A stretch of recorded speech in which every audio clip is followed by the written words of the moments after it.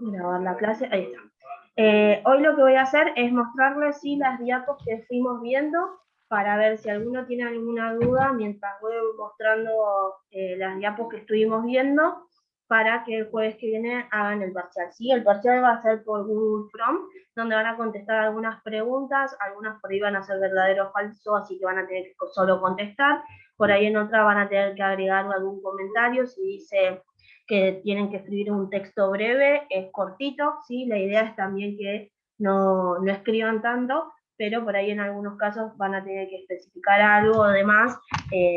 La idea es que veamos un poco los temas para que ustedes los vayan entendiendo bien, ¿sí? Si alguno tiene una duda antes y me quiere preguntar, lo vamos viendo. Mientras tanto, voy a ir compartiendo la pantalla. Ahí está. Arranco entonces, vamos a ir viéndolo y ustedes me van preguntando cualquier cosa.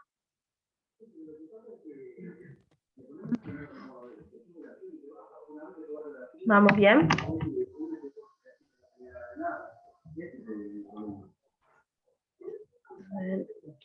Yo voy viendo sí. Bueno, les voy a ir mostrando. De la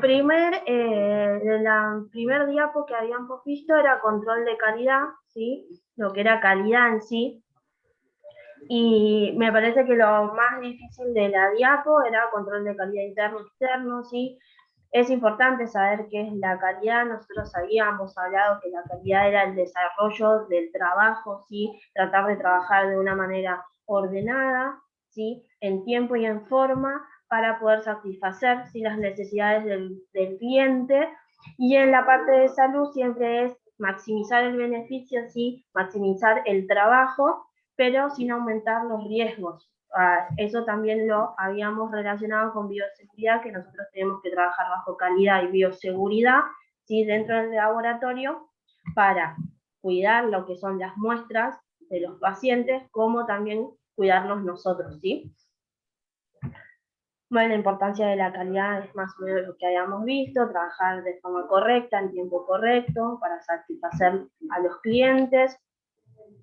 Y después habíamos visto que esto es lo más importante, más abajo es control de calidad, interno y externo. También esto, ¿sí? El aseguramiento de la calidad, ustedes van a ver lo que son estas etapas, preanalítico, analítico y posanalítico, ¿sí? Estas fases las van a ver siempre ustedes, ¿sí? Porque siempre en la parte preanalítica es cuando uno solicita el análisis, ¿sí? Se obtiene esa muestra y se va a llevar a procesar.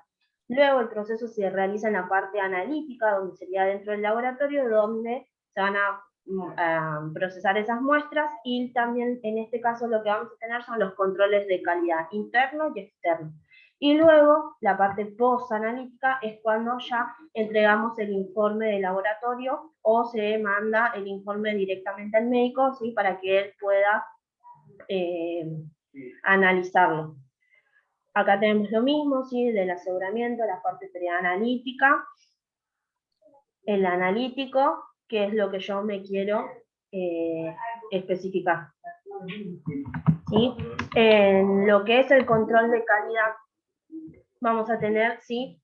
dos diferentes. El control de calidad interno, que era el que cada laboratorio debe hacer, ¿sí? Todos los laboratorios lo tienen que hacer para que para sus propias determinaciones, las determinaciones o análisis que hacemos ¿sí? En sus equipos, y lo que íbamos a tener eran dos tipos de controles, el comercial y el pool de control. El comercial era el que ya compraba ¿sí? El laboratorio a una empresa, donde ya venían los valores altos, bajos y medios, y el pool de control casero era el que hacía cada laboratorio, ¿sí? Utilizando pool de control que se llaman que son los sueros ¿sí? De las determinaciones, y lo que se hacía era lo mismo, tratar de encontrar valores altos, bajos y medios para poder realizar este control de calidad.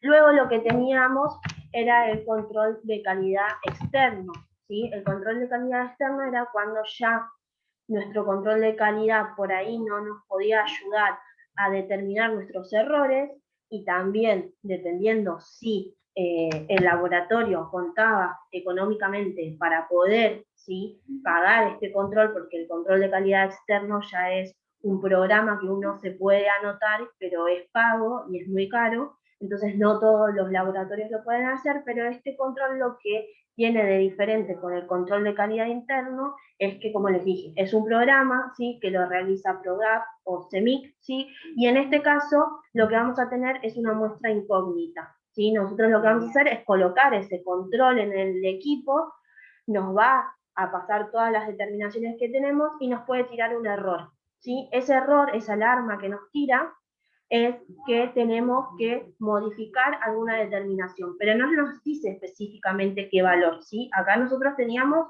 los valores, alto, medio y bajo, ¿sí?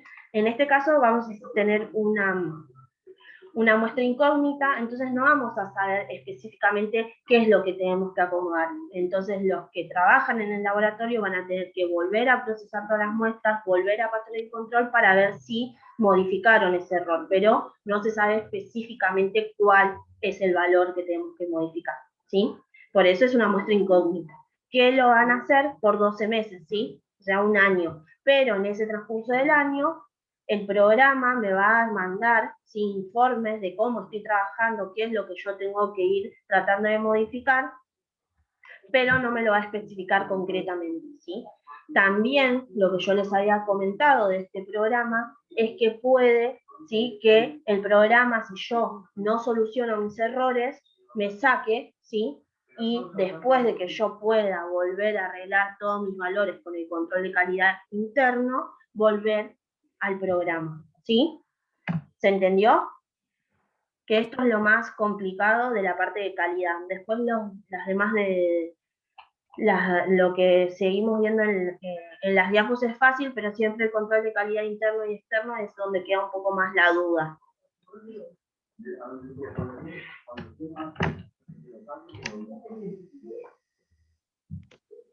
¿Estamos bien? Yo voy a ver si alguien me mandó mensaje acá. A ver si tiene alguna duda. Belén me puso que bien.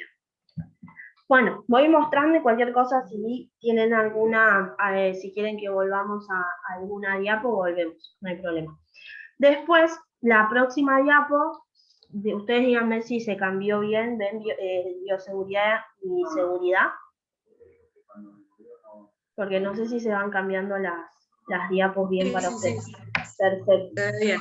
La parte Sí, buenísimo. La parte de bioseguridad es un poco más fácil de entender, ¿sí? Nosotros lo que vimos y que era importante, ¿sí?, siempre que debemos trabajar bajo las normas de calidad y bioseguridad, ya que nosotros tenemos que cuidarnos a nosotros y a nuestros compañeros. Nosotros ya trabajamos una sola vez en el laboratorio, en este caso no pudimos trabajar como se debía porque ustedes debían salir, desinfectar y demás, ¿sí? Entonces no pudieron hacer todo el proceso. Nosotros tenemos que saber que cada vez que nosotros llegamos a nuestro lugar de trabajo, tenemos que ver si está en condiciones, no importa si la noche anterior o la tarde anterior, dependiendo cómo sea el laboratorio, si hay guardias o no, si mi compañero dejó o no limpio o ordenado el lugar de trabajo. Yo tengo que llegar con tiempo, ver que mi lugar de trabajo esté en condiciones, pasar la solución de lavado, que eso es lo que vamos a hacer más adelante cuando veamos soluciones, que lo vamos a hacer con hipoclorito de sodio, que es la lavandina, y lo que se debe hacer siempre es pasar, si esa lavandina al 10%, limpiar todas las mesadas, dejarlas en condiciones y arrancar a trabajar, ¿sí? Eso es lo más importante. También lo que veíamos en lo que es la seguridad era lo que era el accidente y el incidente, ¿sí? Las diferencias entre estos dos términos. Los dos van a estar acompañados, ¿sí? El incidente era, ¿sí?, que podía ser un acontecimiento de forma brusca o inesperada, pero que podía no causar, ¿sí?, una lesión, y el accidente ya era cuando se causaba una lesión a la persona o un daño material, ¿sí? Siempre está primero el incidente y luego, si no pasa a mayores, queda como incidente, pero si hay alguna lesión o algún daño material, ya pasamos a accidente, ¿sí?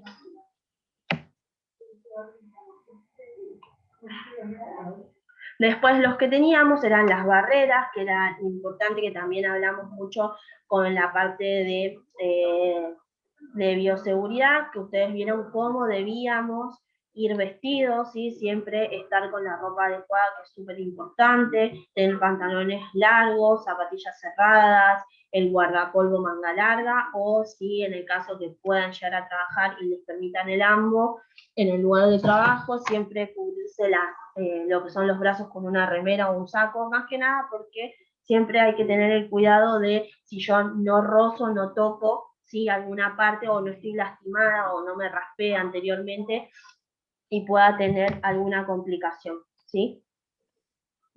Después teníamos los niveles de protección dentro del laboratorio, que eran los diferentes tipos de laboratorios que íbamos a tener. El más común era el nivel 1 y el nivel 2, ¿sí? Donde teníamos en el nivel 1 para agentes infecciosos, pero que no causaban, ¿sí? Infecciones en los humanos. Es cuando uno ya está por ahí en la parte de tomar la muestra a personas que por ahí se hacen controles cotidianos y se pasan laboratorios, ¿sí? Con equipos normales, sin tener que buscar alguna enfermedad en específica. Después ya teníamos el nivel 2, donde teníamos agentes infecciosos que causaban enfermedades a lo que eran a las personas, ¿sí? A los humanos o al trabajador, pero que no se transmitía vía aérea. Ya en el nivel 3 ya teníamos agentes infecciosos que sí causaban, ¿sí? Enfermedades al trabajador y se transmitía vía aérea. Y luego teníamos el nivel 4, que ya era peligro extremo, ¿sí? Y donde no íbamos a conocer el agente infeccioso, si se podía transmitir o no vía aérea, pero sí sabíamos que era un agente infeccioso que no conocemos, ¿sí? Cuando uno ya está tratando de buscar alguna infección.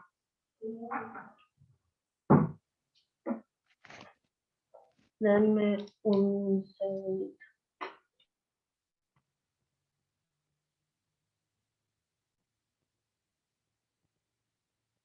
Bueno, ahora sí. Estábamos. Y acá es lo que tenemos. Los que pudieron ir a la práctica, sí vieron que teníamos unas mesadas así, o algunos trabajaron en una mesada que era media móvil, no pudieron ver el laboratorio, pero era muy chico para la cantidad de alumnos, sí, pero normalmente este es el laboratorio normal, sí. Luego ya teníamos el laboratorio de nivel 2, que aunque no se transmita vía aérea, íbamos a trabajar bajo una campana de protección. Ya en nivel C3 trabajamos con toda la protección y también con la campana. Y luego ya en el nivel 4 trabajábamos con menos cantidad de personas, ¿sí? Entre dos, siempre dos, porque puede pasar que alguno se descomponga o le pase algo y siempre tiene que estar asistido de otra persona, pero más de 2 personas no, ¿sí? Y en este caso siempre en lo que son los niveles 4 vamos a tener el laboratorio en una parte, ¿sí? Luego de salir de esta parte de la sección de este laboratorio, vamos a pasar a otro lugar donde vamos a tener por ahí esa parte de aire, ¿sí? Que saca para que puedan sacarse la ropa, pasan, ¿sí? Es como un poco más protegido este laboratorio para no sacar, ¿sí? El agente infeccioso del lugar, más que nada. Importante eran esos, los niveles de protección. Después, bueno, hablábamos de lo que eran la parte de la vestimenta, ¿sí? Vimos lo que era el guardapolvo, el zapato cerrado, que lo hablamos mucho, el tema de las uñas cortas y con colores claros. Más que nada, en este caso, ustedes van a ver que seguramente que si se sacaron sangre, habrán visto alguna extraccionista y demás con las uñas largas y demás. O sea, si en el lugar de trabajo se los permiten, es otra cosa, ¿sí? Nosotros lo hacemos así porque tenemos que ver que si yo hago la extracción y me pincho, ver, ¿sí? Si me pinché, si no, y si yo tengo un color oscuro o no me veo bien las uñas, no voy a saber si tuve un accidente, ¿sí? El tema del barbijo. El barbijo siempre se usa en la parte de microbiología. Nosotros ahora los estamos usando con el tema de la pandemia, pero mucho de lo que es barbijo se usa en esa parte o donde tengamos, ¿sí? Agentes infecciosos que sean aéreos, o mismo cuando nos toca atender a algún paciente, ¿sí? Que tenga alguna enfermedad que pueda, o sospecha, ¿sí? En realidad sospecha de alguna enfermedad, que nos manden a tomar la muestra, o que, sí, más que nada cuando nos mandan a tomar la muestra, ustedes pueden trabajar en una parte de guardia, que les digan, bueno, este paciente puede tener, por ejemplo, hepatitis, ¿sí? Ya el paciente va a tener alguna coloración específica de hepatitis, y les van a decir que se pongan las protecciones, ¿sí? Y demás.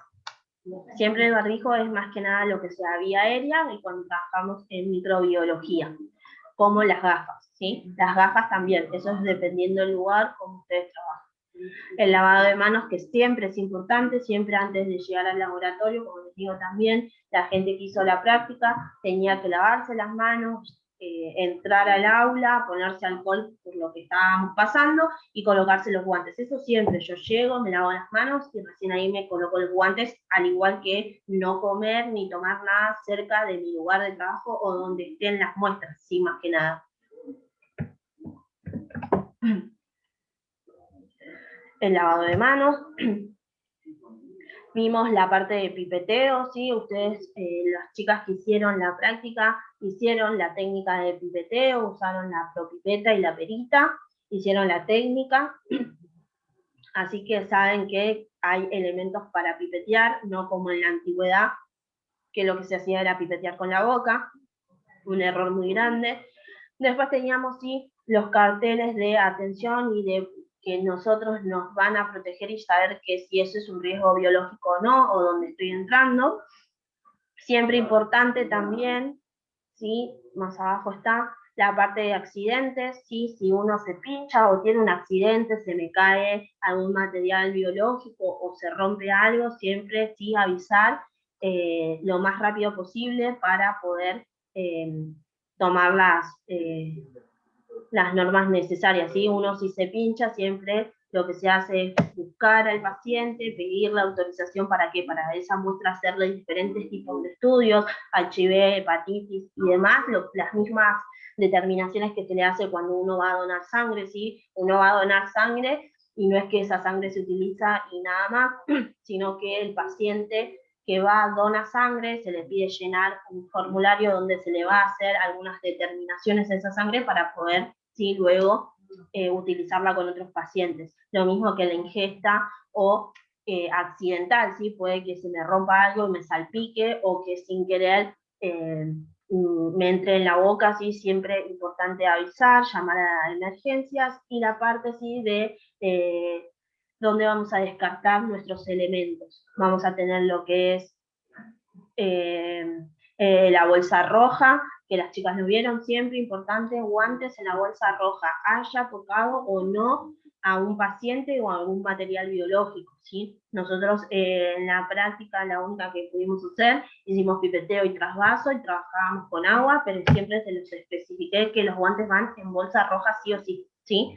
En bolsa negra, lo que es los papeles que yo me lave las manos o los envoltorios de jeringa y agujas que ustedes el cuatrimestre que viene van a ver, todo eso que es papel que no tenga nada de material biológico lo vamos a tirar en la bolsa negra, pero si yo después, ¿sí?, me lavo las manos o quiero o toqué algo que no sé, esa servilleta sí va a ir a la bolsa roja, ¿sí? Lo que es la bolsa amarilla siempre sí, desechos de lo que es antibióticos, reactivos, ustedes lo van a ver más adelante, lo que son los reactivos, son unos frasquitos color caramelo, donde van a tener una pastillita que si la tienen que reconstituir, que es la palabra correcta, van a pipetear una cantidad de agua necesaria para reconstituir ese reactivo, ¿sí? Todo lo que es ese material va en bolsa amarilla y luego lo que es todo cortopunzante, ¿sí? Las agujas van a ir o van, ustedes más adelante también van a ver lo que son los portaobjetos, si se rompen y demás, van todo a lo que es el descartador, ¿sí? Vamos a tener diferentes tipos de descartadores. ¿Vamos bien hasta ahí con calidad y bioseguridad? Sí, sí. ¿O tienen una duda? Bien, buenísimo. Lo otro que vimos fue material de laboratorio, que esto fue antes de la práctica. Yo le puso que sí. Yo voy mirando el chat por si alguno me manda alguna duda ahí, ¿sí? Material de laboratorio, también importante, ¿sí? Lo que vimos de las diferencias entre los volumétricos, los de sostén, los de equipos de medición, ¿sí? Y los especiales, que yo les puse algunos ejemplos, ¿sí? Viene a identificar eso. También en la parte de trasvaso pudimos identificar que utilizábamos un vaso de precipitado para contener el líquido, en este caso era agua. Después teníamos la utilidad de un matraz aforado, ¿sí? Que es el material volumétrico más específico. Luego viene la probeta, ¿sí? Y esos dos elementos, sí. Profe, Sí, buen día. buen día. ¿El matraz aforado se podía calentar? No, eso no. Está. Vamos de vuelta así de paso. Buena Sí. pregunta. Lo que tenemos acá, como les dije, el material volumétrico siempre es exacto. Por ahí se confunden en que viene calibrado a una temperatura. El material volumétrico se fabrica, ¿sí? Con lo que es vidrio a través de calor, pero ese volumen ya está específico con ese calor que tenía. No lo puedo calentar porque si no ahí sí pierde especificidad, ¿sí? Por eso les puse, son elementos que no se calientan. Los que sí se calientan o que puedo hacer alguna mezcla y llevar a calor eran los materiales de sostén o de contención, ¿sí? Que era el vaso precipitado, el balón, ahora más abajo se les voy a mostrar, ¿sí? Después teníamos los equipos de medición, que eran la balanza, el pHímetro, el termómetro, que ustedes lo van a ver, ¿sí? Que son necesarios en el laboratorio, y luego los más específicos, que teníamos la centrífuga, el baño y demás. Lo que me había preguntado, no sé si era Florencia, no sé quién me había preguntado lo de calentar. Nancy. Nancy, ahí está. Nancy. Sí. El balón, sí, como dice acá, que nos va a permitir es sostener, sí, y se puede calentar, porque lo que teníamos, ¿se acuerdan? Eran, a ver si bajo un poco más, el Erlenmeyer lo tenía, pero el vaso, ¿dónde puse el vaso? El vaso de precipitado, ¿se acuerdan que yo les dije que los materiales para poder calentar o que se pueden calentar tienen ese sello Pirex? ¿Se acuerdan que yo se los había dicho?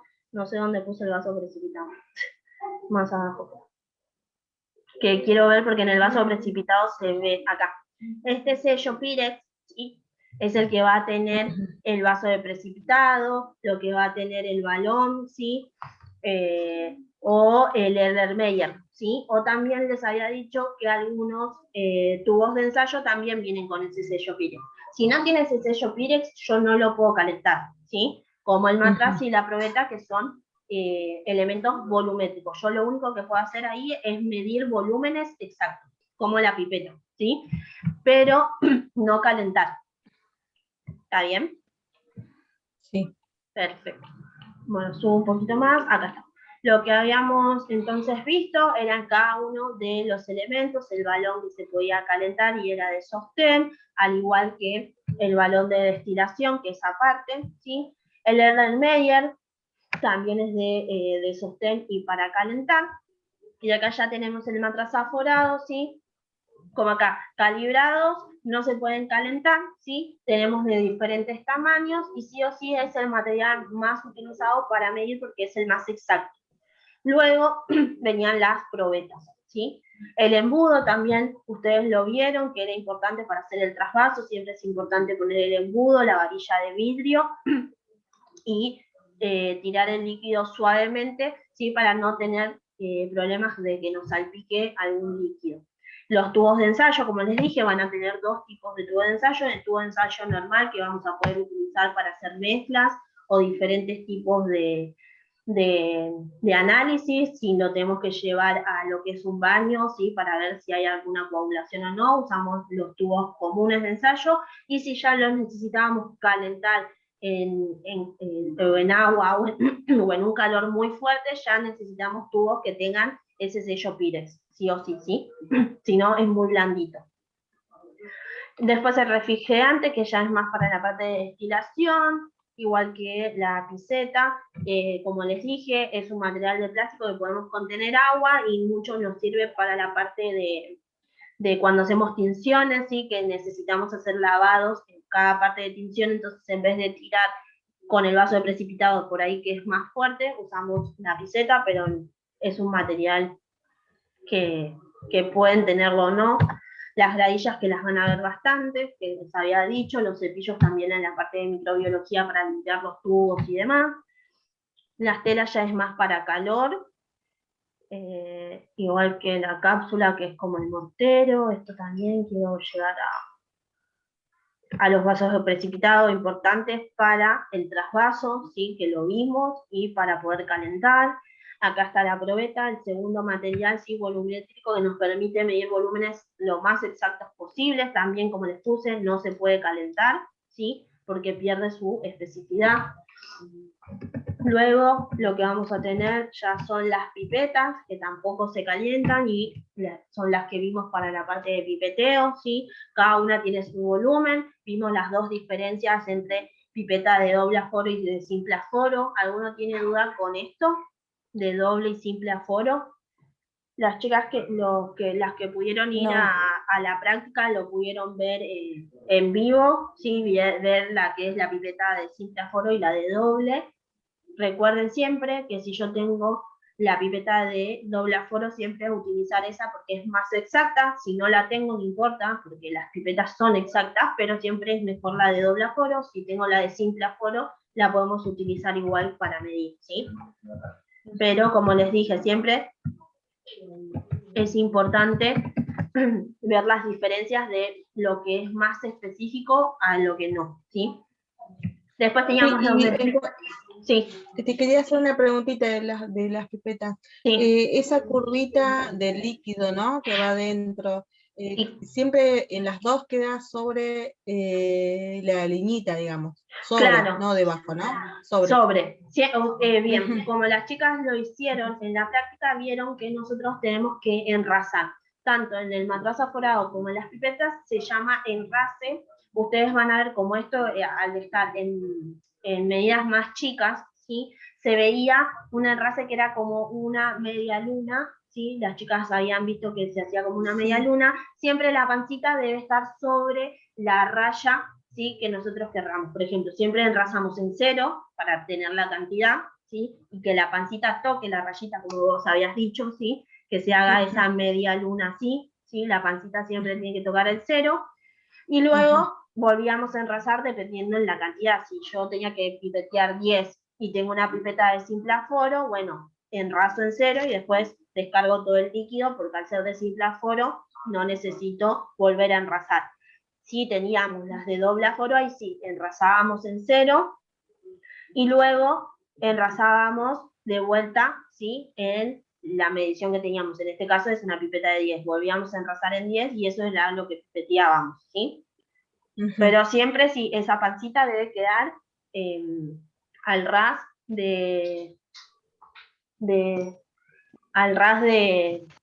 del número. ¿Se pone? Sí, ponelo. Okay. Después teníamos lo que era el mechero, ¿sí? El mechero también lo usamos mucho en la parte de posanalítica, en segundo año, segundo cuatrimestre, donde hacemos la parte de micro, ¿sí? Para mantener la esterilidad en el lugar donde vamos a trabajar, o mismo el mechero, este que va más conectado, este es con alcohol de quemar, entonces dura un tiempo, no tiene por ahí una gran fuerza de calor. Si no, teníamos el mechero que ya se engancha a lo que es gas y tiene más fuerza, pero eso también depende. Las espátulas que también se utilizan para poder pesar diferentes sustancias, ¿sí? La varilla de vidrio que la vimos, ¿sí? Para la parte de trasvaso, es un material que nos ayuda, ¿sí? A realizar diferentes técnicas, o también si queremos revolver alguna solución que no sea de calor, ¿sí? Alguna solución la podemos revolver con eso. Las pinzas también se usan mucho en la parte de microbiología, y acá llegamos a la propipeta y a la perita, ¿sí? Se pueden utilizar cualquiera de las dos para hacer la parte de pipeteo. También ustedes vieron cuál era la dificultad con la perita, cuál era con la propipeta, ¿sí? La propipeta parece mucho más fácil porque nosotros tocamos la parte de succión, succionamos el líquido, después expulsamos, entonces como que uno puede estar como más ordenado. Y luego con la perita, dependiendo de los volúmenes, si teníamos pipetas más chiquititas de 1 o de 2, lo que teníamos era que colocarle el tip y luego sacar y poner el dedo. Entonces era el inconveniente, sí, porque cuando es un volumen muy chiquitito, la perita necesitaba, sí, un adaptador para poder succionar ese líquido.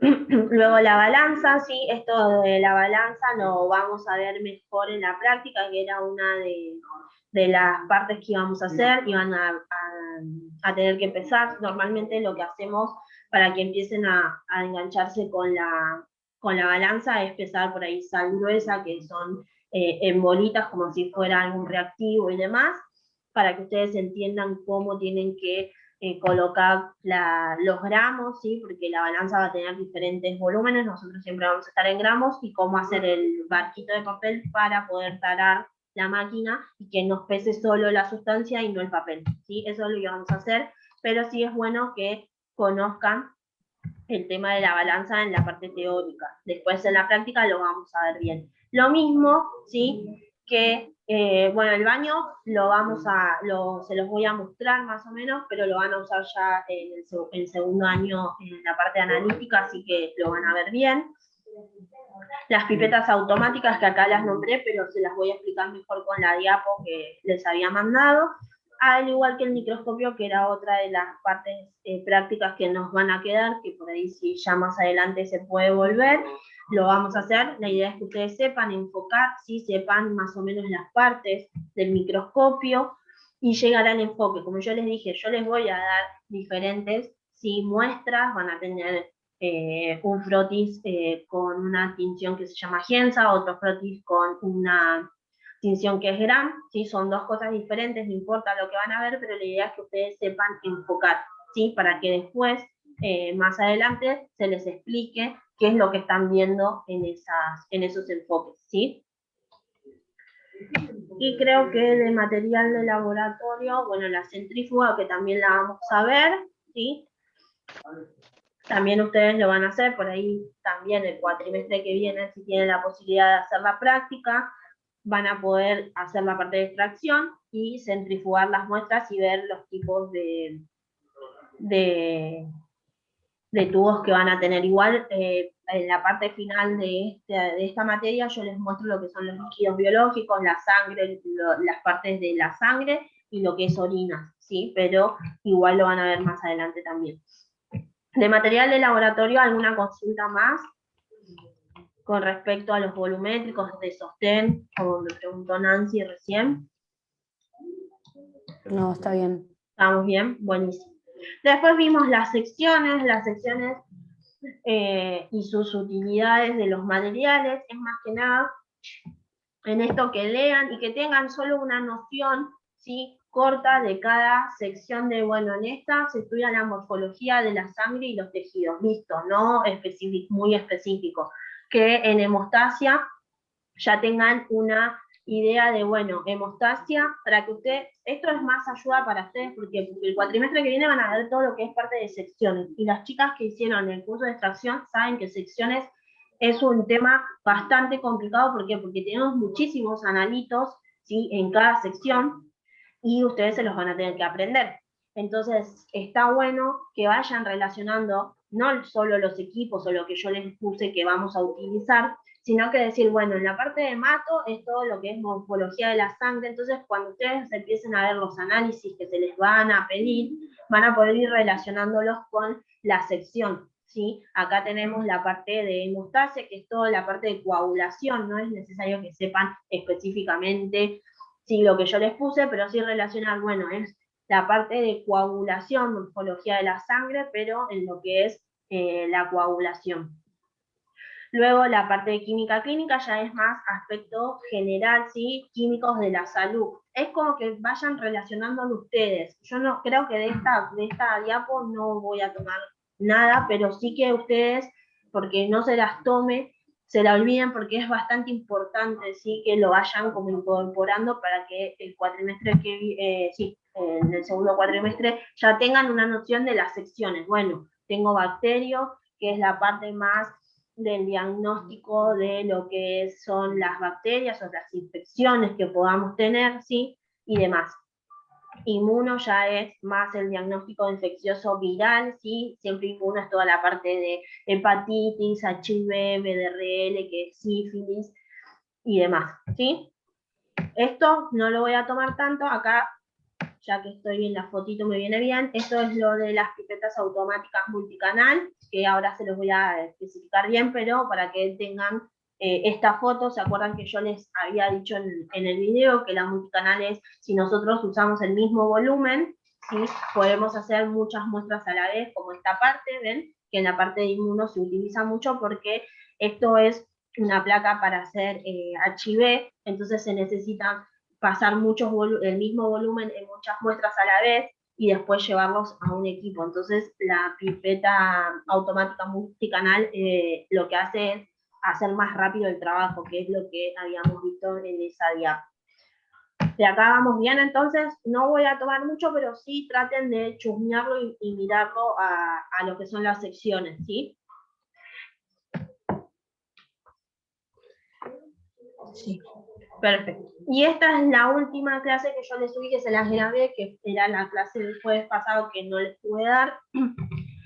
Y lo que tienen estos, también íbamos a hacer pipetas automáticas en la práctica, pero ustedes vieron que al tener una hora es como medio difícil poder hacer todo, y la idea es que ustedes practiquen bien lo que era pipeteo y trasvaso, que es un elemento, son técnicas que las hacen en este cuatrimestre y en cambio la pipeta automática la van a ir usando. Lo que sí es importante, como les había dicho, es que la pipeta lo que no tiene sí es un depósito. Nosotros en las pipetas de vidrio, ¿qué teníamos? La pipeta de vidrio, y ahí succionábamos el líquido o lo que necesitábamos pipetear. En este caso, la pipeta automática no tiene eso, pero sí va a tener estos, los tips, ¿sí? Que se van a poner dependiendo el volumen de la pipeta, son más chiquitos o un poco más grandes, ¿sí? Eso se los van a dar en el laboratorio, porque a veces también no tienen los diferentes tipos de tips para cada pipeta, entonces usan una, pero va a pipetear la cantidad que dice la pipeta, ¿sí? En ese sentido no hay problema. Lo que vamos a hacer, que nos ayuda esta pipeta, Perdón, ¿te hago una pregunta? Sí. No entiendo lo que decís con lo del depósito. O sea, ¿significa que no tiene volumen muerto como la otra pipeta? No, lo que no tiene es que el volumen va a subir en la pipeta, ¿sí? Esperen que se los muestro. En la pipeta de vidrio lo que nosotros teníamos es un depósito, lo que quiere decir es que se va a succionar en la pipeta. Acá no vamos a succionar en la pipeta, lo vamos a succionar en ese tip. Eso es lo que quiere decir, que no tiene un depósito donde va a quedar el líquido. Esperen que voy a buscar las pipetas. Queda ahí en la punta, digamos. Queda en la punta, eso es. El depósito quiere decir